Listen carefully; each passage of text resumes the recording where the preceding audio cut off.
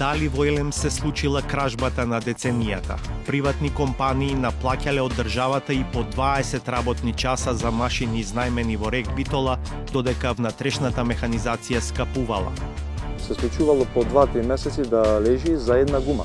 Гумата нека е 500.000 евра. А 500.000 евра за 2-3 дена ни зема механизација помошна. Мислам надворешна фирма. Од јуни драматично паѓаат трошоците за надворешната механизација.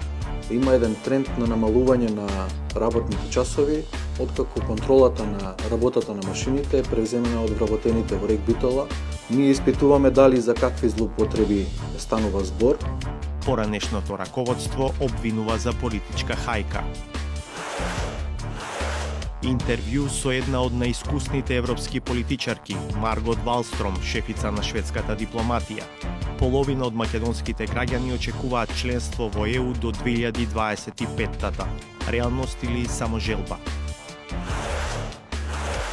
Зошто едва 20% од младите на возраст од 18 до 29 години гласаат на избори? Една од причините за тоа може да биде што кај нас се уште политичките партии го доминираат политичкото во земјата. Simenonića v tem UI mundu šöjdi skadum na kaçta den kaçta. Då det är mycket att ska ni vara fashion att jag vet jag vill med limiter, eller? Fan där.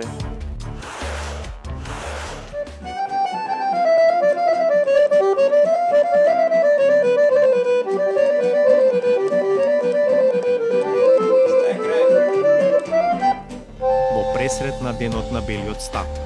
Дали сме хумано општество само на хартија?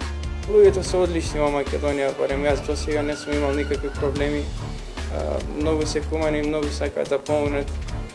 Недоволно се едуцирани, тоа за жал се недостатоци на системот, можеби на образованието. Знам дека е тешко не само за лицата со попреченост, за било кој е тешко да живееш во Македонија воопшто, ама од една страна треба да бидеш и позитивен, треба да си и оптимист, па и на крај крајава не е крај на светот ако имаш некоја попреченост.